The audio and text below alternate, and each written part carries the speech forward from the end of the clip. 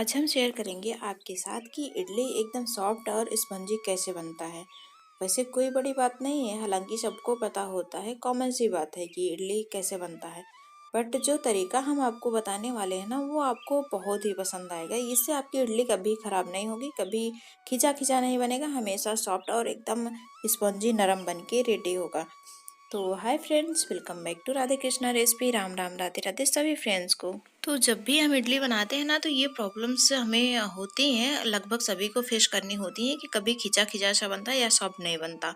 तो first of all हमें इडली बनाने के लिए चावल देखना है कि हमें क्या चाहिए। तो ये मैटर नहीं करता कि आपके पास चावल कैसा है। वैसे इडली बनाने वाला राइस आता है, बट आपके पास जो भी है, जो आप रेगुलर खाते हैं, आप वही चावल ले सकते हैं। और सबसे ज़रूरी बात है कि आप मेज़र एक ही बर्तन से रखिए। तो बस यहाँ पे हमने 2 किलो चावल ली हुई है, क्योंकि थोड़ी सी ज़्यादा क्वांटिटी में हमने बनानी है ना, तो इसलिए। और उड़द दाल हमने 3 पाव ली हुई हैं। अब 3 पाव इसलिए हमने लिया हुआ है क्योंकि ये इसमें ना छिलका बहुत ज़्यादा रिमूव होता है, मतलब छूटता है फूलने के बाद। तो उसी क्वांटिटी के हिसाब से हमने 1 गिलास ज़्यादा ली हुई है, मतलब 1 पाव ज़्यादा ली हुई है, 250 ग्राम। तो आपके पास जो भी है उड़द दाल ले लीजिए, बिना छिलके वाली भी और छिलके वाली जो भी है आपके पास। और यहाँ पे हमने चाहिए 1 चम्मच मेथी दाना। इससे फर्मेंटेशन बहुत बढ़िया होता है इडली में, मतलब इडली फूलता बहुत बढ़िया है, तो ज़रूर डालिए। तो यहाँ पे हमने 2 किलो के हिसाब से, मतलब 8 गिलास, पाव पाव का ग्लास है 250 ग्राम का, तो इसी हिसाब से हमने 8 गिलास चावल लिए हुए हैं। तो थोड़ा सा ज़्यादा चावल है, तो बड़ा बर्तन हमने ली हुई है। और चावल को हमें भिगो देनी है, मतलब 2-3 बारी वॉश करके ही भिगोए, ताकि एक्स्ट्रा जो इसमें स्टार्च होते हैं ना चावल में, वो निकल जाए और पानी बिल्कुल क्लीन हो जाए। फिलहाल हमने दोबारा से ऐसे हाथ कर दिया था ना, तो ये थोड़ा से इस तरह से हो गए, बट चावल एकदम अच्छे से धोइए। और उसके बाद मेथी दाना हमने डाल दी हुई है। तो चावल तो हमने भिगो दी हुई है। अब यहाँ पे हमने 3 गिलास उड़द दाल लेनी है। उड़द दाल को भी हम भिगोएंगे, एक बारी वॉश कर लीजिए, क्योंकि हमें अभी इसकी छिलके छुड़ानी है ना। तो बस एक बारी हमने इसको धो के फिर दोबारा से हमने इसको ढक दिया था। और ढकना हमें 5-6 घंटे के लिए, दाल और चावल दोनों को है। ये फूल जाएगा। इससे ज़्यादा आप ओवरनाइट भिगो के इसको मत रखिए। तो बस चावल दाल हमारे ऑलमोस्ट फूल चुके हैं। अब हम इसको देखते हैं। तो आप देख सकते हैं, हमने जो मेथी डाला हुआ था ना, वो उसकी वजह से ये थोड़े से येलो हो गए हैं, दिख रहे हैं, मतलब हल्का सा। बट कोई प्रॉब्लम नहीं है। मेथी दाना हमें इसी तरह से भिगोनी है, या फिर आप उड़द दाल में डाल दीजिए, या फिर ऐसे। और यहाँ पे आप देख सकते हैं ना, हमारा उड़द दाल भी फूल चुका है और एकदम ऊपर तक ये हो गया है। क्योंकि अगर हम 1 गिलास उड़द दाल ले रहे हैं, तो ये फूल के 2 गिलास तो होना ही होना है ना। तो अभी आप देख रहे हैं, उड़द दाल और चावल को हमने फिर से अच्छे से वॉश किया। और यहाँ पे उड़द दाल बहुत ही अच्छे से नहीं छूटा हुआ है, इसका छिलका थोड़े बहुत रह जाते हैं। अगर थोड़े बहुत रह भी जाते हैं ना, तो नो प्रॉब्लम, कोई दिक्कत नहीं है, आप बना सकते हैं। तो अभी हमें करना क्या है, लेना है मिक्सर जार, और इसमें डालनी है 2 भर के स्पैचुला चावल। क्योंकि अभी हमें इडली का बैटर भी रेडी करना है ना। तो ध्यान रहे कि कभी भी मतलब भर के चावल नहीं डालने हैं मिक्सर जार में, या फिर उड़द दाल। नहीं तो पीसने में बहुत ज़्यादा टाइम वेस्ट होने वाला है ना। क्योंकि मिक्सर जो होता है ना, वो गर्म हो जाता है, फिर ये रुक रुक के चलता है, तो इससे बहुत ज़्यादा टाइम वेस्ट होने वाला है ना। तो यहाँ पे हमने पानी अलग से नहीं डाली हुई है, क्योंकि ऑलरेडी हमने चावल में पानी छोड़ दी हुई थी, ठंडा पानी। तो अब फ्रिज का पानी लेंगे ना, फ्रिज के पानी को थोड़ा थोड़ा सा चावल या उड़द दाल में डालते जाएंगे, और इसका बैटर रेडी हो जाएगा। इस तरह से पीस सकते हैं। मतलब ठंडे पानी डालने से होता क्या है ना, कि मिक्सर जल्दी से गर्म नहीं होता है, और फिर ये आसानी से पिस आता है। तो आप एकदम चिल्ड पानी लीजिए। तो एक बारी का हमने पेस्ट रेडी कर लिया, और पेस्ट एकदम दरदरे फॉर्म में, मतलब बहुत ज़्यादा दरदरा नहीं होना चाहिए, और एकदम स्मूथ बैटर भी नहीं चाहिए, मतलब चिकना ये इसका बैटर नहीं चाहिए इडली का हमें। तो बस इसी तरह से हमें पीसनी है सारी इडली की पेस्ट को, है ना। तो यहाँ पे ऑलमोस्ट हमारा इडली का सारा बैटर रेडी हो चुका है, लास्ट का बचा हुआ था। तो लास्ट में हमने 1 कप पोहा ली हुई हैं, जो कि मार्केट में आपको इसलिए मिल जाएगा, ऑलरेडी आपके पास है तो आप डाल दीजिए। पोहे से ये बहुत ज़्यादा नरम और एकदम फ्लफी बनता है ना।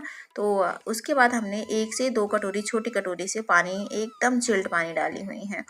ताकि इसको पीसने में बहुत ज़्यादा प्रॉब्लम ना हो।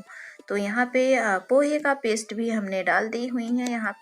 और उसके बाद नेक्स्ट हमें डालनी है फिर से थोड़ा सा मिक्सर हमने बचाया हुआ था इडली का, तो उसमें हमने 1 कटोरी मतलब थोड़ी सी बड़ी कटोरी भर के कुक की हुई राइस ली हुई है, वो भी हमने डाल देनी है। और थोड़ा सा पानी मतलब आधी कटोरी पानी डाल दीजिए, एकदम ठंडा पानी, क्योंकि चावल जो होता है ना वो बिल्कुल जार को पकड़ लेता है, फिर पीसने में थोड़ी सी प्रॉब्लम होती है। तो ठंडा पानी लीजिए और इसे मिक्सर गर्म भी नहीं होगा और ये पिस भी जाएगा। पल्स मोड पे करके चलाएंगे, मतलब ऑन ऑफ करके पीसते जाएंगे तो ये आराम से पिस जाएगा, है ना। तो फाइनली यहाँ पे सारे इडली के बैटर को हमने रेडी कर लिया हुआ है। अब हम इसमें डालेंगे टेस्ट के अनुसार नमक। नमक आप चाहे तो यहाँ पे डाल सकते हैं या फिर आप जब ये मतलब अच्छी तरह से फूल जाए ना उसके बाद भी डाल सकते हैं। यहाँ पे हमने हाथों की हेल्प से इसको राइट साइड हाथों को घुमाते हुए, मतलब उल्टे साइड हाथों को नहीं घुमाना है, राइट साइड ही घुमाना है ताकि इसमें एयर्स भरे, मतलब हवा भर जाती है। तो ये मतलब ये होता है प्रोसेस, ज़रूरी प्रोसेस है। तो आप इस तरह से इसको अच्छे से मिक्सअप कर लीजिए ताकि उड़द दाल और चावल दोनों अच्छे से इवन मिक्स हो जाए। देन हमें एक बड़ी सी थाली लेनी है और इसको ओवरनाइट के लिए कवर करके रख देनी है ताकि इसका जो फर्मेंटेशन है ना वो बहुत बढ़िया से हो। तो एक रात तो काफ़ी होता है, इनफ है इतना कि इतने में ये फूल जाता है। तो नेक्स्ट डे आप देखेंगे तो इस तरह से ये बिल्कुल इसका मतलब बैटर जो है वो फूल चुका है, इसका फर्मेंटेशन बहुत ही अच्छे से हुआ है। तो बस इसी तरह से हमें चाहिए, एकदम परफेक्ट। तो अभी हमें कलछी से ना इसको बहुत ही धीरे धीरे से चलानी है, ना कि हमें इसको एकदम कलछी डाल के और बहुत जल्दी जल्दी नहीं घुमानी, इस तरह से नहीं घुमानी है, ये गलती मत करना। बिल्कुल हल्के हाथों से सारे बैटर को इस तरह से मतलब मिक्सअप कर देनी है बिल्कुल हल्के हाथों से, वरना इसकी जो एयर है ना वो ख़राब हो जाएंगे। तो बस ये हमारा रेडी हो चुका है। नेक्स्ट हम करते हैं अब इडली बनाने का प्रोसेस। तो यहाँ पे हमने ना इडली मेकर लिया हुआ है, मतलब या मोल्ड आप जो भी बोलते हैं। तो सारे प्लेट्स को ना हमें थोड़े से ऑयल से ग्रीस कर लेने हैं ताकि इडली हमारा बिल्कुल चिकना निकले। तो थोड़ा थोड़ा सा ऑयल लगाएंगे ना तो इडली बिल्कुल छोड़ देगा ये। और थोड़े थोड़े से बैटर को हमें सारे मोल्ड में भर देनी है। यहाँ पे हमने थोड़ा सा ज़्यादा बैटर भरा हुआ, बहुत ज़्यादा नहीं, बस हल्का सा ज़्यादा हो गया था। तो ऐसा आप मत करिए, ये वाली गलती मत करना, थोड़ा थोड़ा सा बैटर भरना ताकि इसमें फूलने का थोड़ा सा स्पेस होना चाहिए ना, ताकि इडली जो है ना वो फैले ना पूरे बर्तन में। तो यहाँ पे हमने सारे प्लेट्स में ये इडली स्टफ़ कर ली हुई थी इस तरह से। तो अभी हमें नेक्स्ट प्रोसेस करनी है।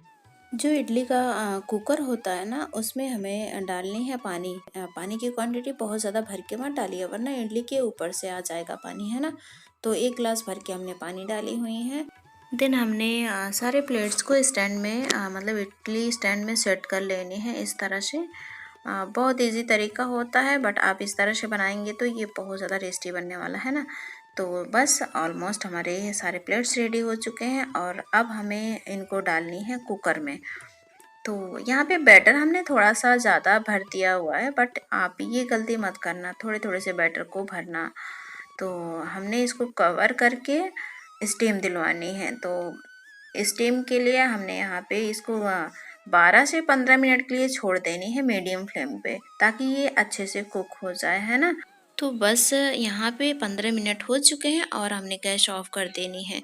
और ऑफ करने के बाद हमें स्टीमर को मतलब इसके लेड को हटाना नहीं है तुरंत, मतलब इसके ढक्कन को अनकवर नहीं करना है। 5 मिनट के लिए हमें रेस्ट देनी है। अगर तुरंत ये बिल्कुल हीट होता है ना और तुरंत अगर ढक्कन खोल देंगे तो ये इसके सारे जो वो गर्माहट होती है ना वो उससे ये मतलब अचानक से ठंडापन आ जाता है इसमें और ये नीचे की तरफ दब जाते हैं, मतलब उतना फ्लफी नहीं बनेंगे, है ना। तो इस चीज़ का ध्यान रखना है, कभी भी कुछ भी ऐसी चीज़ें बना रहे हैं तो तुरंत ही हमें अनकवर उसको नहीं करनी है, ढक्कन को नहीं हटानी है। तो यहाँ पे हमने इडली को जब सारे प्लेट्स को अलग अलग रख देनी है निकाल के। जब ये ठंडा हो जाए ना उसके बाद हमें एक स्पून की हेल्प से इस वाले सिरे से आप डीमोल्ड कर लीजिए, मतलब इडली को निकाल लीजिए, बहुत ही आसानी से निकल जाता है, आप देख रहे हैं ना। तो एकदम सिंपल सी रेसिपी है और झटपट से तो नहीं, झटपट से नहीं बनेगा, थोड़ा सा टाइम लगता है और पेशेंस के साथ इसको बनानी पड़ती हैं तो खाने में टेस्टी भी तो लगता है ना। होपफुली आपको वीडियो ज़रूरी पसंद आई होंगी, और पसंद आए तो लाइक तो बनता ही है ना।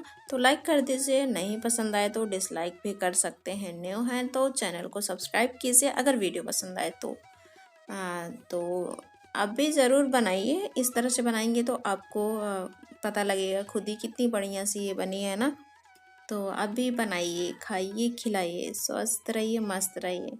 हमेशा अपने अपनों का ख्याल रखते रहिए, क्योंकि जो अपने होते हैं ना वो उनसे अच्छा कोई नहीं होता है। तो आप अपने अपनों का ध्यान रखें, अपना भी ध्यान रखें। तो फिर मिलते हैं एक और इजी रेसिपी के साथ, तब तक के लिए जय भोलेनाथ।